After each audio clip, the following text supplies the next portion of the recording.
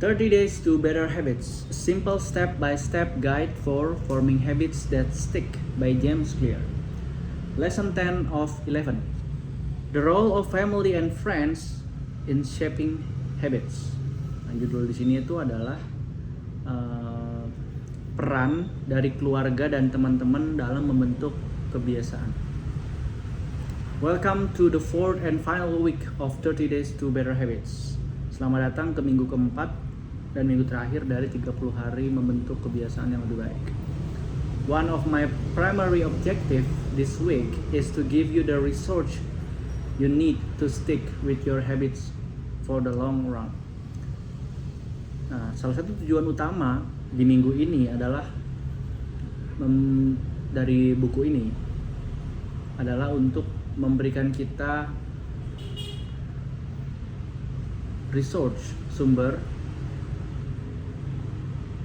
atau mungkin pegangan ya yang kita butuhkan supaya kita tuh bisa stick dengan kebiasaan kita dalam jangka panjang. Kita bisa konsisten dengan kebiasaan kita dalam jangka panjang.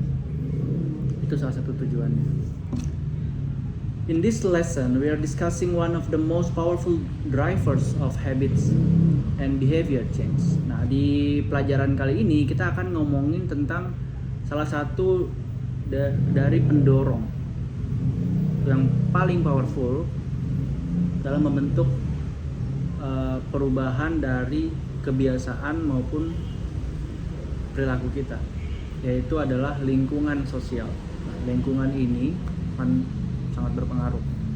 The way that social environment influence our habit, cara dari lingkungan itu mempengaruhi kebiasaan kita is through the tribes we belong to. Adalah melalui tribes itu apa ya? Suku.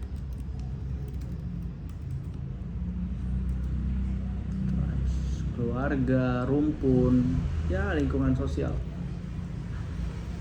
We belong to and the groups we are part of, atau dari kelompok mana kita berada. We are all part of multiple tribes. Nah, menurut tulisan ini ya, kita tuh adalah bagian dari banyak suku. The tribes we belong to shape our behavior. Nah, suku-suku ini adalah yang membentuk kebiasaan kita, lingkungan tadi. This is true in large and small ways. Ini benar dalam skala yang besar maupun yang kecil. Large tribes like nations, religions, and business can influence our behavior. Oh, berarti konteksnya bukan suku, tapi lebih ke kelompok. Nah, kelompok besar seperti dalam satu negara atau religions, agama, and business, kelompok-kelompok bisnis itu bisa mempengaruhi kebiasaan kita. And small tribes like what neighborhood you live in, atau kelompok kecil kayak tetanggamu itu orang yang seperti apa, what school you go to, kamu pergi ke sekolah yang seperti apa, atau organisasi di mana kamu melakukan pekerjaan volunteer, itu juga bisa mempengaruhi kebiasaan kita. The key factor in any of these tribes is that we have a sense of belonging. Nah, faktor kunci dari tiap-tiap tribes ini, kelompok ini, rumpun, bisa dibilang rumpun juga, kelompok rumpun, adalah adanya sense of belonging, rasa memiliki. When you want to belong to a tribe, ketika kamu ingin merasa menjadi bagian dari satu kelompok, you want to repeat the habits of that tribe. Kamu ingin mengulangi kebiasaan dari kelompok tersebut. We naturally soak up the habit of those around us. Soak up apa ya? Oh, menyerap. Soak itu kan tenggelam ya. Soak. Oke. Kita secara alami itu menyerap kebiasaan dari orang-orang di sekitar kita.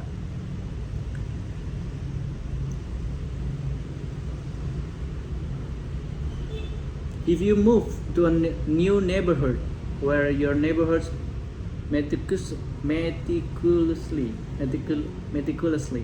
maintain their lawns. Apa maksudnya nih?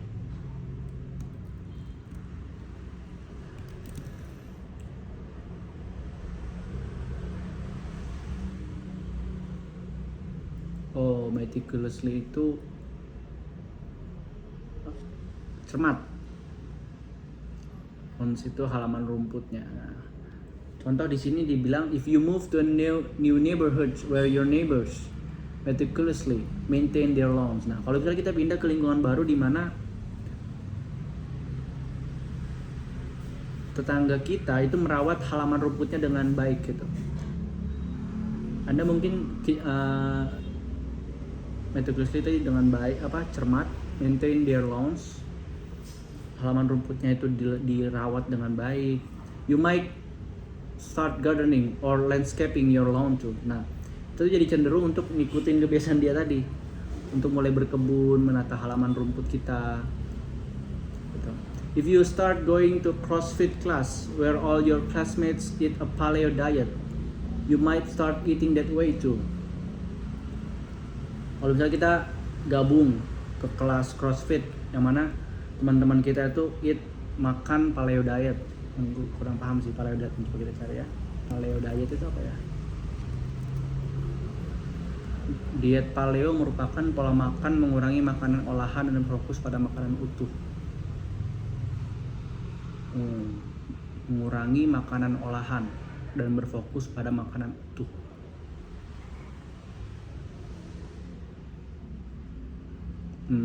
Makan makanan yang cenderung bervariasi. Contohnya sayur, buah, daging, telur, dan kacang-kacangan.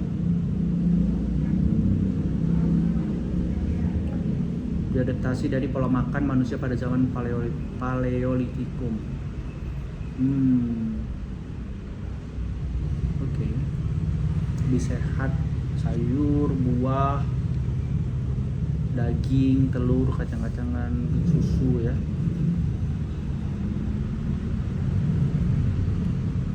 Paleo, buah-buahan gitu ya. Oke. If you join a church or mosque.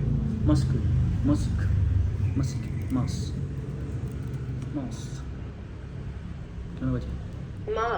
Mosque.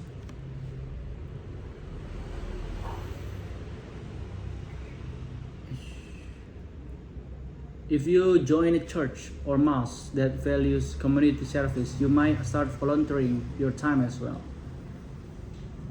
Kalau kita mengikuti bergabung dengan gereja atau masjid-masjid yang yang sangat menghargai yang namanya pelayanan komunitas, ya mungkin you might start volunteering your time as well. Mungkin kita juga cenderung akan mencoba untuk ikut gitu. Your culture sets your expectation for what is normal. Nah ini kultur tadi, kebiasaan dari kelompok tadi itu membuat membentuk ekspektasi bagi diri kita. What is normal? Apa yang normal? Apa yang menurut kita normal? Surround yourself with people who have the habits you want to have yourself. You'll rise together. Nah, makanya karena kelompok tadi itu akan meng-set ekspektasi kita akan sesuatu yang normal. Si James Clear ini bilang kalau coba untuk kelilingi dirimu dengan orang-orang yang sedang mengerjakan kebiasaan yang pengen kamu bangun. Nah, nanti kamu akan rise together, kamu akan sama-sama bertumbuh gitu. Mike Massimino, an astronaut, is a perfect example of this concept. Sini disebut ada seorang namanya Mike Massimo, itu seorang astronot. Ini salah satu contoh yang sempurna untuk konsep ini. Gimana tuh contohnya? Massimino took a small robotic class at MIT. Nah, si Massimino itu ambil kelas robotik di MIT, di Universitas MIT. Of the 10 people in the class, 4 become astronaut. Dari 10 orang di kelas tersebut, 4 orang jadi astronot. If the goal was to make it into space, then the room was one of the best tribes to be in. Nah, kalau tujuannya adalah untuk membuat orang untuk pergi ke luar angkasa, maka ruangan the room was one of the best tribes to be in. Nah, karena dari 10 tadi ada 4 yang benar-benar jadi astronot. Berarti 40%. The normal level of performance in that room was much higher than average. Nah, the normal level of performance. Nah, tingkat performance-nya dikatakan normal itu cukup tinggi karena orang-orang yang ada di sana tuh sudah punya level of performance yang tinggi, makanya batasan normalnya itu juga tinggi, higher than average dari rata-rata orang lain. Massimino soaked up all sort of habits related to becoming an astronaut. Nah, jadinya si Massimino ini menyerap kebiasaan-kebiasaan yang berhubungan dengan gimana cara menjadi seorang astronot, many of which he probably wasn't even aware of. Mungkin banyak dari kebiasaan tersebut yang dia juga nggak gitu rasakan gitu, maksudnya tidak berasa secara langsung, nggak diperhatikan oleh dia, tapi itu terbentuk dengan sendirinya gitu, nggak sadar gitu. Kebiasaan-kebiasaan yang tidak secara sadar terbentuk juga. This strategy can be utilized no matter what habits you desire to build. Nah, strategi ini bisa bekerja, nggak masalah apa kebiasaan yang ingin kamu bangun. The key step is to join a group where your desired behavior is the normal behavior. Langkah kuncinya adalah coba join ke kelompok dimana kamu itu pengen ngebangun kebiasaanmu,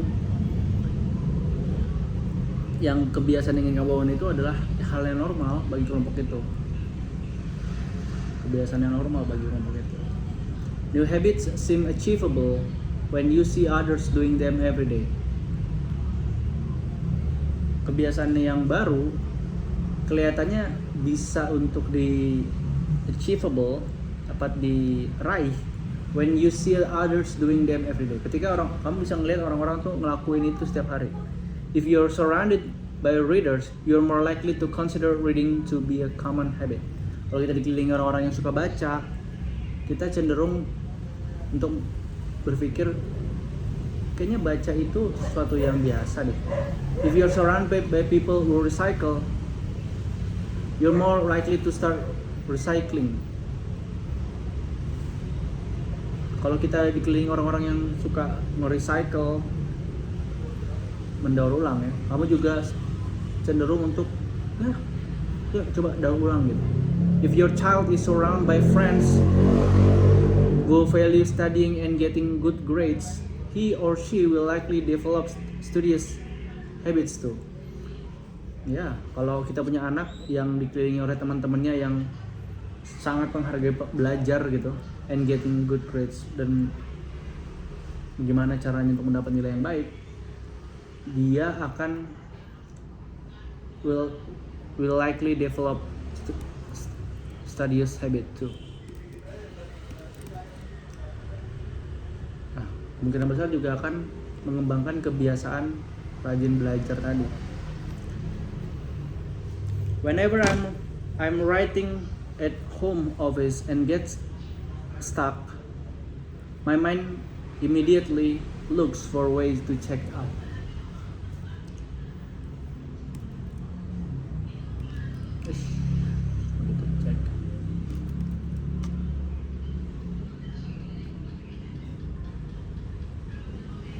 Nah, ketika si James Clear ini bilang ya, when I'm writing, ketika saya lagi nulis, terus saya ngerasa stuck gitu, ngerasa kayak mentok gitu ya, my mind immediately looks for way to check out. Dia tuh langsung berpikir, pikirannya tuh langsung mencari cara apa yang terjadi ya, for ways to check out. I'll pull out my phone, browse the web, or head to the kitchen in search of food.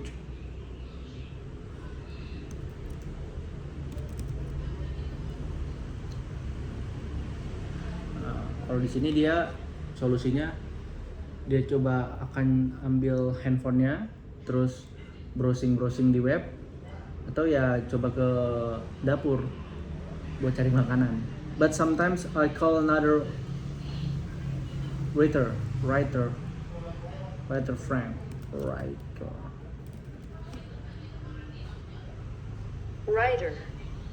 friends, and we work together for a few hours. Atau kadang dia coba telepon teman-teman penulis yang lain buat work together for a few hours, buat kerja bareng untuk beberapa jam. If I'm with a peer and my mind stalls, apa ya, peers?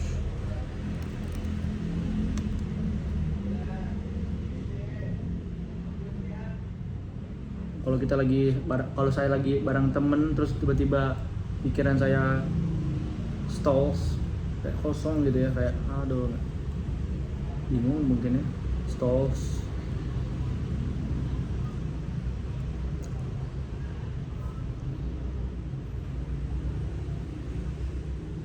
I just sit there for a minute or two until the mental block pass.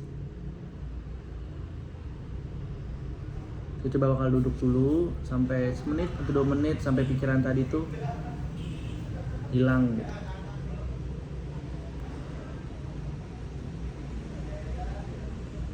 I don't want to be the lazy one who stop working after a few minutes. Aku nggak mau jadi orang yang pemalas, yang tiba-tiba berhenti ngerjain sesuatu untuk setelah beberapa menit.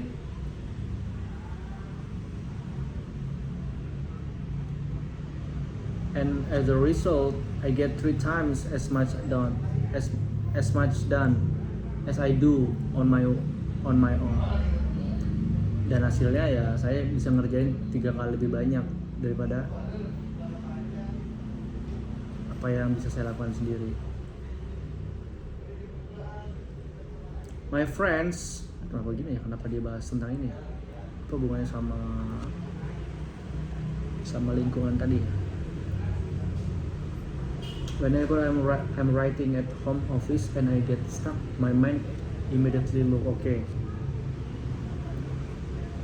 Cerita nih tentang bagaimana cara dia cari solusinya. Buka HP, searching, or head to the kitchen cari makan. But sometimes I call another writer friend and we work together. Okay. If I'm with a peer and my mind stalls, I just sit there for a minute or two until the mental block passed. I don't want to be the lazy one. Okay. Oh, ini tambahan aja berarti. My friends who meditate tell me the same thing. Temanku yang punya kebiasaan bermeditasi itu ngomong hal yang sama. It is much easier to do with someone else. Karena lebih gampang kalau kita tuh ngelakuinnya sama orang lain. When you're meditating alone, you can give up whenever your mind wanders. Kalau kita meditasi sendiri, kita bisa nyerah. Pas pikiran kita tuh wanders, kemana-mana, mengembara kalau di sini arti literalnya. Maybe you were planning on doing 10 minutes of meditation, but it's been 7 minutes and whatever, that's good enough. Mungkin kamu merencanakan buat ngelakuin 10 menit meditasi, but it's been 7 minutes and tapi udah 7 menit dan ya udah cukup gitu. But when you're meditating with a friends and 7 minutes pass, well, you don't want to be the first one to quit. Oh, tapi kalau bisa kita bareng temen, terus 7 menit udah berlalu, kita tuh nggak mau jadi orang yang pertama kali ada dorongan itu, jadi orang yang pertama kali selesai gitu, quit. You will sit there the entire time. Kita berusaha untuk menyelesaikan 10 menitnya itu. Nothing sustains motivation better than belonging to the tribe. Nothing sustains motivation. Nah, tidak ada yang lebih baik dalam memotivasi kita bertahan dalam kebiasaan kita daripada belonging to the tribe. Bersatu dengan satu kelompok untuk memotivasi kita. It transforms a personal quest into a shared one. Itu membentuk it transforms, mengubah a personal quest into a shared one. Mengubah pencarian pribadi menjadi pencarian bersama. Previously, you were on your own. Sebelumnya kita tuh bekerja sendiri. Your identity was singular. Kita sendirian. You were on your own. Kita sendirian. Your identity was singular. Identitasmu ya singular. You are a reader, you are a musician, you are an athlete. Kamu pembaca, kamu musisi, kamu atlet. When you join a book club or a band or a cycling group, your identity becomes linked to those around you. Ketika kita ikut klub buku atau band atau pesepeda, identitas kita tuh jadi terhubung dengan orang-orang yang berada di sekitar kita. Growth and change is no longer an individual pursuit. Pertumbuhan and change dan perubahan tadi bukan lagi upaya individu. Individual pursuit, upaya. Pursuit itu upaya.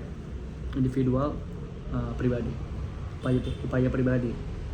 We are readers, we are musicians, we are cyclists. Jadi dari yang tadinya you are reader, you are musician, you are athlete. Jadi we are readers, we are musicians, we are cyclists.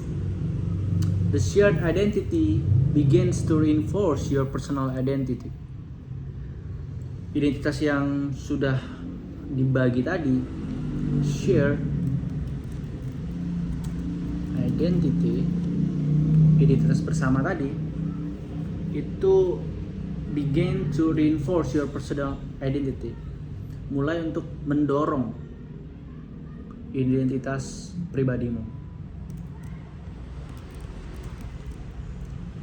atau memperkuat, memperkuat identitas pribadi kita. This is why remaining part of a group after achieving a goal, ini kenapa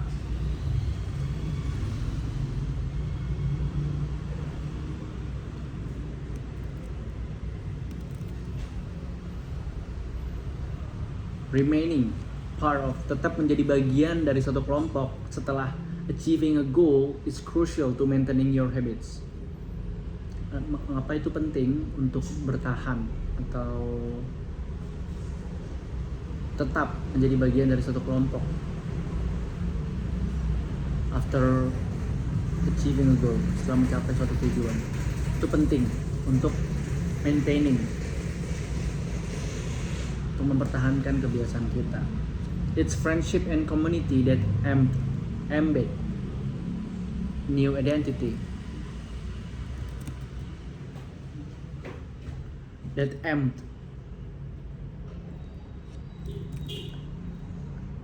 menanam. Embed.